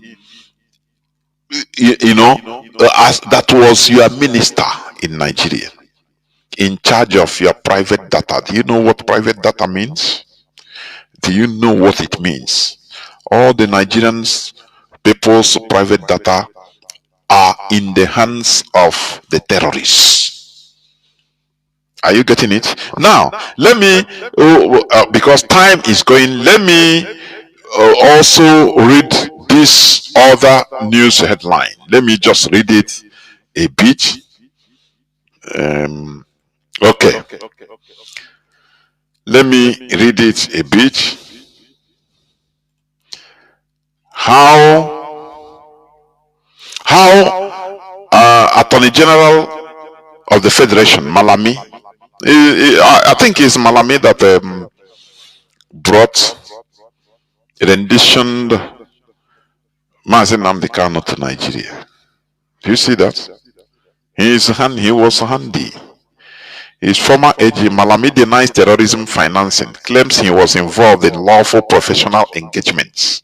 What is the lawful? This is December 6th. Today's news headline, yes. Let me read a bit. These are terrorists, non-terrorists. America have their list. Their list was given to Nigeria. They know them. Some of them were jailed, caught and jailed in Dubai, United Arab Emirates, and they provided the names and they transmitted all those names to Nigerian secret services, which along with me acknowledged. They said they know them, all of them, they know. But because of the Sokoto Caliphate manipulations, none will speak. Who will go there? If any Christian politician go there, they give him money, say keep quiet, and intimidation. He keep quiet and comply. After all, he is okay. So waiting concern him. This is the evil that we call Nigeria. It's not. I continue saying it, that it is not that evil is in Nigeria. No, Nigeria is evil itself. The way they program Nigeria, and that is the way it is going. Look at this time, Boris Johnson has to come in order to launder. He was paid to launder the image of Nigeria. Everything is okay. No, nothing is happening. I am safe here. And I say, he is safe. Let him travel alone now. He's safe. Under bulletproof car, under military and police escorts, he is safe. He feels safe. These are evil people. And he confirms it that slave trading is continuing, because they term the bite of Biafra as a slave coast, and they continue exhibiting it. They bring you whiskey and you give them your best brains. He didn't say it at the backyard. He said it openly in Imo State. And the Nigerians are clapping. Something they should be ashamed. If it is a country, if Nigeria is a country, immediately this man made this statement, they will come and call for the immediate resignation of Tinubu. They will put down the whole politicians. But how will they do? Nothing. That's why this man said Nigeria remains unsustainable. Nigeria remains unsustainable. Because if this thing happen, if anything, this one we blame this one. Hausa we blame Igbo. Igbo we blame this side. This side, listen again, please. I'm saying this man, I'm telling you, he said it as it is. I love this in speech. Listen. What I want people to understand, just like supporting what you said, if Nigeria will work, it will be better than splitting it. But Nigeria is not working. Nigeria is not working. Nigeria have not worked for 112 years. Yeah. And since the independence of Nigeria, it has not worked. When is it going to work again? Yeah, This experiment, No, tomorrow is Sunday. No, 2026 is your year. That is what we'll hear tomorrow. You dip your hand inside your pocket. Then we give them fake hope. It's working. No, once Fulani terrorists, they kidnap the whole village and it's only you that is remaining. You come and give testimony. Oh, it's working for you. Others don't have faith. God loves you more than that. God that will allow others to be killed and leave me. I don't need that God. Are you getting it? That is what they are going to tell you. Tomorrow is Sunday now. No, it's what? Don't worry. Shout hallelujah. If as a member of chosen, you will never experience kidnapping, which means others that are experiencing it, they don't have faith. God don't love them. You see mad people everywhere. Mazi Nnamdi Kanu will say, mad people everywhere. Listen again, I will not interrupt it. Actually, I want you to listen and think about the statement of this man. Think deep about it. We want Nigeria to work. And what I want people to understand, just like supporting what you said, if Nigeria will work, it will be better than splitting it. But Nigeria is not working. Nigeria is not working. Nigeria have not worked for 112 years. Yeah. And since the independence of Nigeria, it has not worked. When is it going to work again? Yeah, This experiment did not work, and it's taking more lives than it's keeping. It's taking more lives than it's saving. Everybody is just like so many people in Nigeria. If let me just use for example, the three major ethnic group in Nigeria. Sorry for others, it's not an insult, but it's just like these three major ethnic groups cannot get along. Even from that time till now, they still cannot get along. If anything happens, this one is blaming this one, this one is blaming this one cannot support this one for the progress of the entity they belong to right now. It's just leg ahead here, division here, after 112 years old. What do you think is it dividing the nation, or we can still keep it fooling ourselves? Is it dividing the nation? I love the way he put it. That is what we call diplomacy, or diplomatic way of speaking. Do we divide the nation, the country, or do we keep on fooling ourselves? Now the option is yours. If you said no, we don't want to divide. It's okay. Let us continue fooling ourselves. You have it's your option because that is correct. Fooling ourselves. No, I said tomorrow. Echiboka. I got one get that. No, don't worry. Pray. 2026 is your year. Things will work. Pray for Nigeria. It will work. Any church you go, they are telling you to pray for Nigeria. Please, if you have the opportunity, raise your hand and ask the pastor, please. Nigeria has not worked since 112 years, since 1914 till today. Do we continue deceiving ourselves, or do we break Nigeria? Do we allow Nigeria to be broken so that we take charge? We take the bull by the horn, or do we continue deceiving, praying? Because your continuous prayer every time do you pray with the empty hand? No, tell me. Tomorrow you are going to church. You are already mapping out what you are going to give. Who is taking it? You know you are giving God. No, they are giving God. But you see a pastor that is shining. A guy goes on the best car, than the members. Our pastor is a shining, wearing and that. But we are giving God, right? So he is God, or he is representing God. Honestly,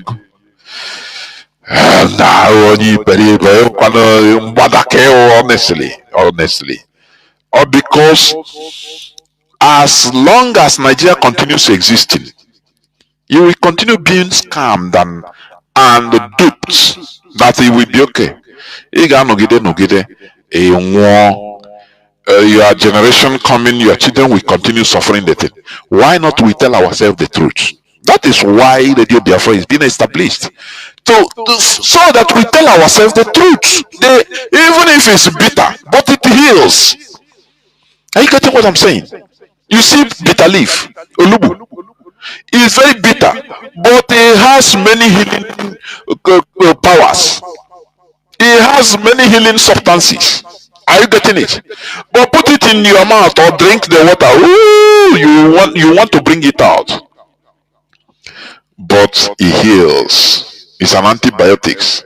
It has many healing qualities. That is how truth is. When you hear it like this, you don't know why, but it heals. That is the reality. But that place you are going to go tomorrow as your church, they will tell you things you want to hear. They will tell you things you want to hear that will give you fake hope. Are you getting it? It's just like sugar, white sugar, very sweet. A little cup of tea, 1/4, liter. Just carry 10 cubes, 20 cubes of sugar, put it. It will be tasting sweet. But that is what kills. That is what they are giving you tomorrow. No, everything will be okay. No, Nigeria will be no, we continue. There is hope. There is no hope in Nigeria. For your information. Ask the person, or you are so-called man of God. We don't have electricity. You build your house, you put your own solar system. A country like that with vast natural resources. You don't have a constant electricity. You don't have. Some places they have only 1 hour electricity 1 week. Some they don't see. And you say, no, everything will be okay. Continue hoping. No, the man is giving you hope so that you give. Once you give, next Sunday you come again, you give again. You continue giving. You continue working as a slave and giving.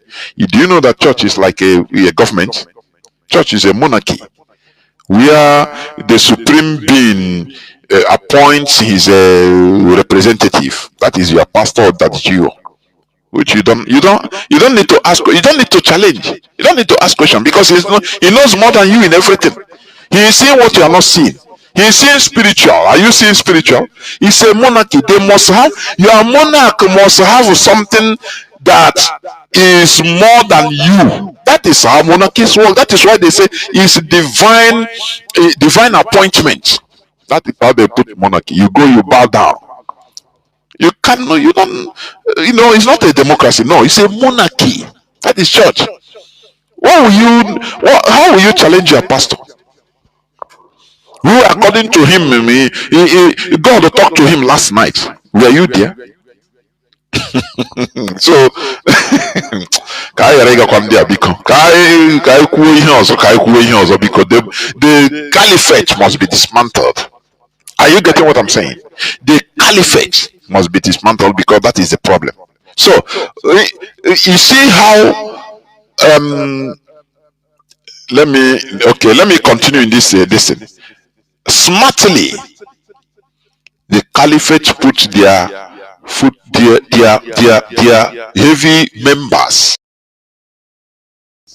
in on top of Nigeria, and that is the cause of the problem you are experiencing today. The military, they infiltrated the military, they infiltrated the police, the presidency, they infiltrated everywhere, so that anything they sabotage it, and you'll be shouting. The result is you are shouting, oh, I saw somebody, oh, Fulani herdsmen, Nigerians, see you, my rice field of how many, is it thousands of acres? I saw it. Say, look at the cows. They kill and they. I call the security. They come and they are running. They know what they are doing. How will I spend a lot of money on this rice? You continue complaining now because you don't want to face the reality.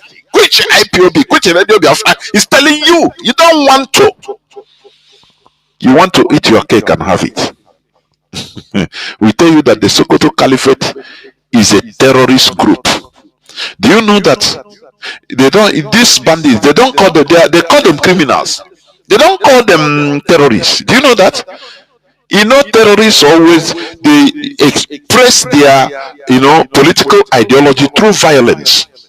That is, there is no, there is no widely accepted definition of terrorists. But the little one is that they fight for an ideology through violence, their political view. Whereas criminals are just, maybe even if it's a 5 people, they gather and say, now we want to ride the car this is December.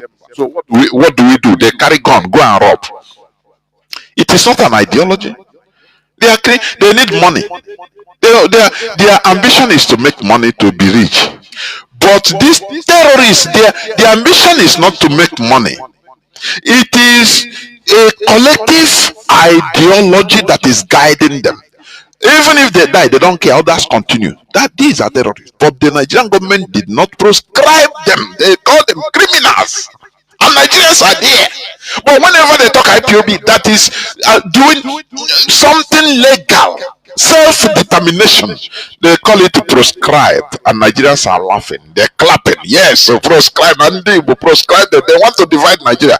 You are so the so-called sovereignty of Nigeria you are protecting. Okay, which one is better?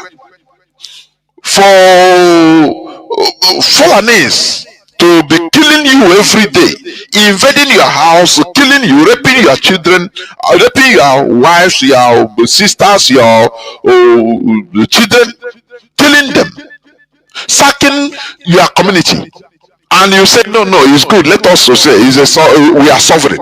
Which kind of sovereignty where a country cannot protect her borders? That is the question. Somebody asked this question, say, look, how can you call in Nigeria? They are incapable of protecting their border to control the influx of these Fulani terrorists that are coming in. Mahmouda coming, Lukarawa coming, Iswap, everything. But they can pinpoint when to far away Kenya, thousands of kilometers to Kenya, in order to pick Mazi Nnamdi Kanu. What does he tell you? And some Nigerians are clapping. Nah, they are working. But the terrorists that are in Nigeria, they don't know when helicopter come to drop ammunition for them. Nigeria, they are blind. No, their radar is not working. They don't see them. They don't know. The force they are using, no, they don't see them. And it's good. Let everybody be suffering it. As long as people are keeping quiet, as long as people are, watching only IPOB or Igbos or Biafrans, but they are suffering and smiling, it's okay. Now, let me read. Former AGF Malami denies terrorism financing, claims he was involved in lawful professional engagement. Let's see, what is that professional engagement? That is the question. Former Attorney General of the Federation is today's news headline, please. And Minister of Justice Abubakar Malami's son has formerly, all these people's son, senior advocate of Nigeria, quota system. Look at him. Maybe when you check his biography, he has a degree in Islamic studies. That is what made him son.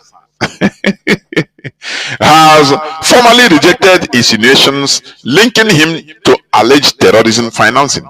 In a detailed statement on Friday, that was yesterday, Malami claimed that at no point in his public life, during or after his tenure, has he been summoned, questioned, targeted, or investigated by any security, regulatory, or intelligence authority in Nigeria or abroad in relation to terrorism financing. No, he said at no point in his public life. You see, there is a command there. You know, we have eagle eye. Why didn't he say at no point in his life? He said his public life. They can deceive Nigerians, but not IPOB. Why didn't he say at no point in his life? It's very is better than saying at no point in his public life, which means at no point in his public life, yes, but in his private life, he didn't deny. Do you see how when they try to meander, we catch them?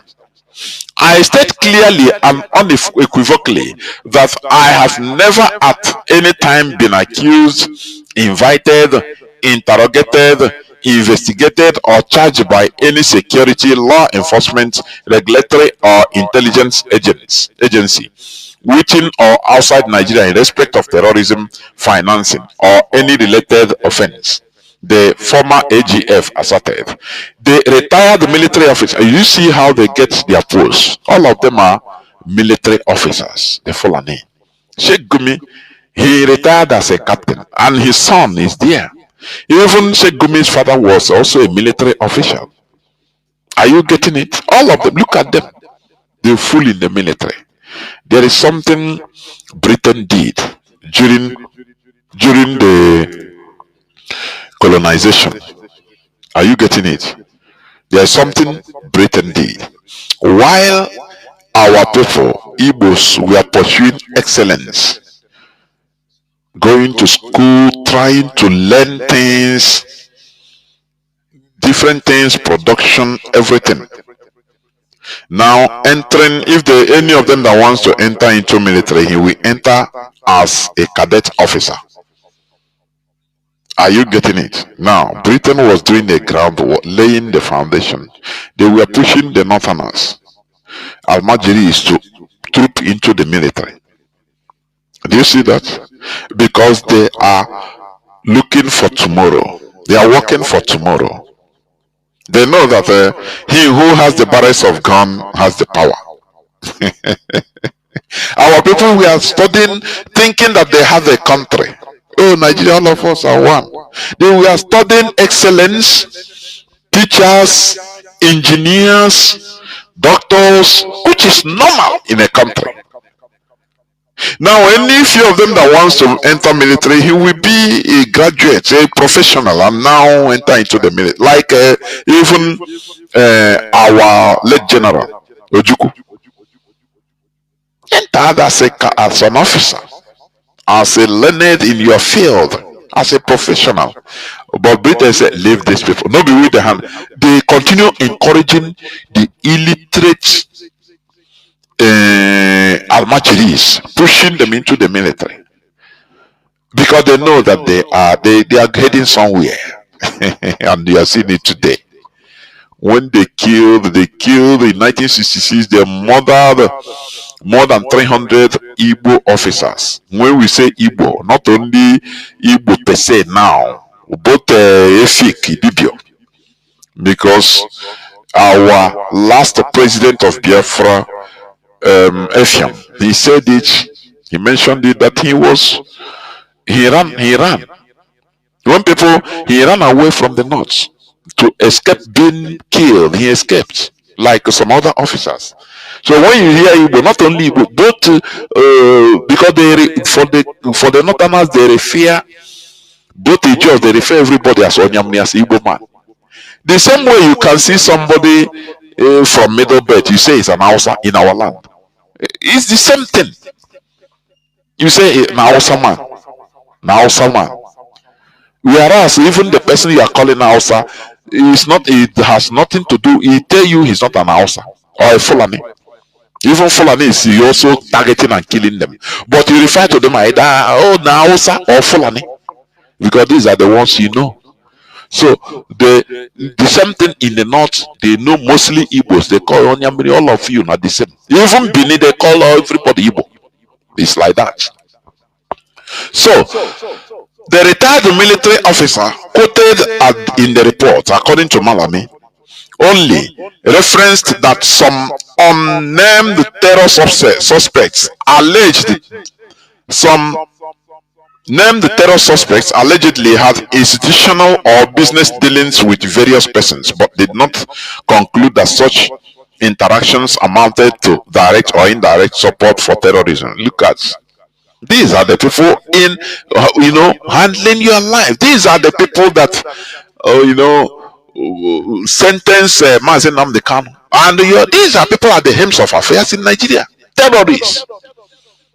They have fallen the Sokoto Caliphate. These are the people they are churning out.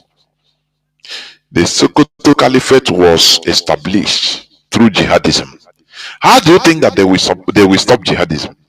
They decapitated, France decapitated their tail in other places, but the head is there in Nigeria. So they continue fighting jihadism. There is no way. I put on my timeline, I say, if Sultan of Sokoto, the head of the Sokoto Caliphate, if he's denying that he is not involved in this terrorism activity that has going on, full-on terrorism, he should have issued a fatwa, that is Islamic order, that all these things should stop. Once he issues it, it will stop, but he cannot, because he's heading them, he's supporting them. Do you see why the Sokoto Caliphate must be dismantled? Are you seeing it? So this AGF is one of them. There are many of them. Nigerian government is infiltrated. Everybody know about it. How many times the Fulani, terrorists will be in, will be in action, and they will call the military. They will not even answer. Don't you see a Baribe? He, even in the Nigerian Senate, he said it, that look, he said in Kebi, before these people were kidnapped, these school children, I think Catholic school children, is it in Kebi? Yes. That they said the military checkpoints or military stations that are near there, they removed them few hours before they struck. Say, who gave that order? Are you going to pursue this thing? Breeze? No.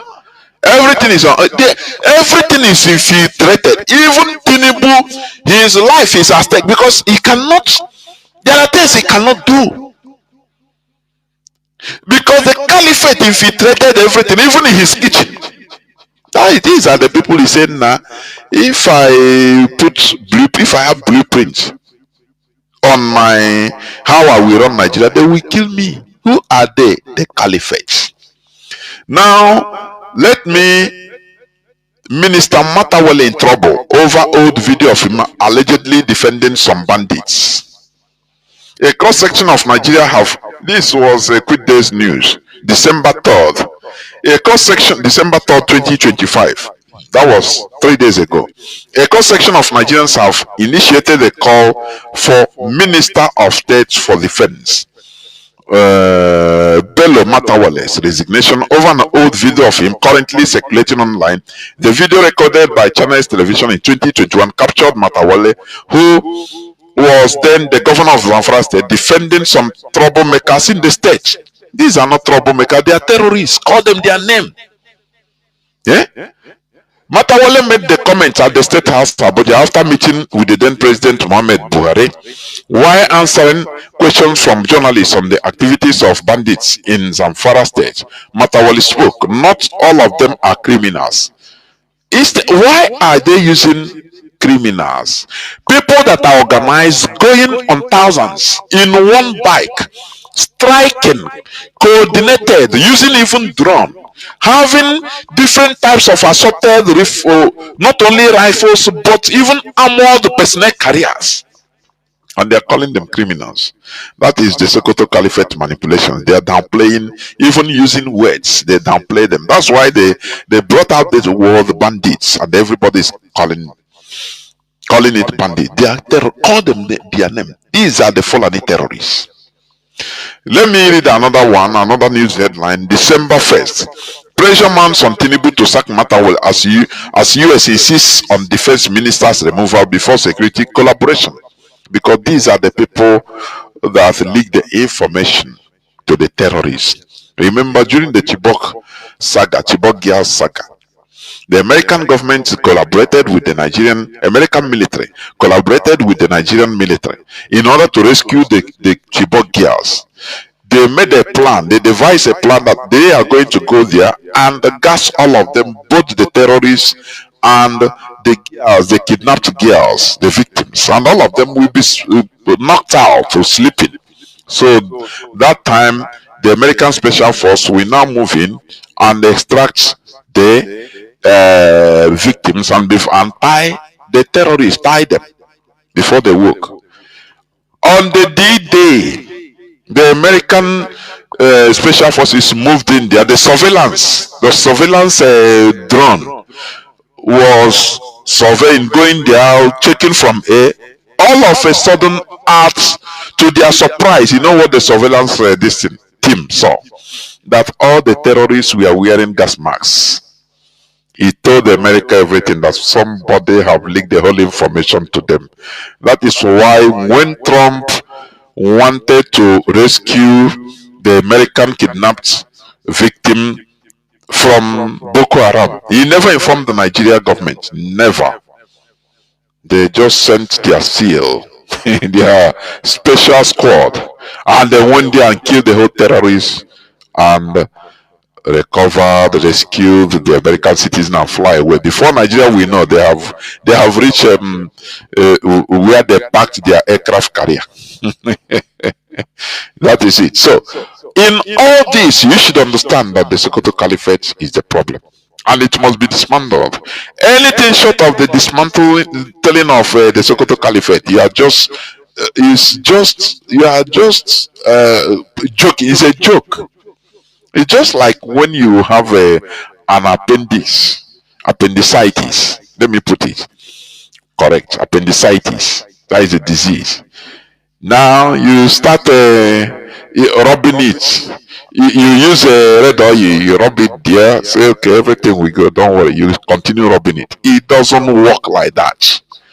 You have to open the stomach, remove the appendix, and so stitch it back, and you are free. But if you leave it there and continue rubbing it, you say no, you're wishing it away.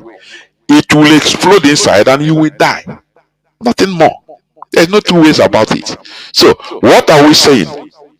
The solution is the Sokoto Caliphate being proscribed and dismantled. That is where we continue standing. I will go into just few minutes breaks so that when I come back, I will open the line so that people can start calling in. Please do not go away. I'll be right back. Immediate investigation, the highest level, with the consideration of declaring the Sokoto Caliphate an international terror organization. And treat it as such. Predator drones and Tomahawk missiles go a lot further at stopping this stuff than sanctions ever will. And that's what's warranted here. It is a genocidal regime. It is a terrorist organization. Amen. And finally, focus international efforts, focus attention on restoring the internally displaced. Justice and restoration. Again, this will prevent as many as 5-6 million from being radicalized in the next 5 years. It's existential. We must focus on the internally displaced. Not just as human beings, not just as Christians, but it's in our vital national interest to do so. And the restoration of IDPs to their rightful fatherlands, that will require the purging of the jihadis. But we don't do it to kill the jihadis, you do it to restore justice. We do it to restore the IDPs. That's necessary. Congressional delegation, charges of genocide against the Tinubu regime, declaring the caliphate a terrorist organization, and restoring the internally displaced. That's how you uproot this. That's how you fix it.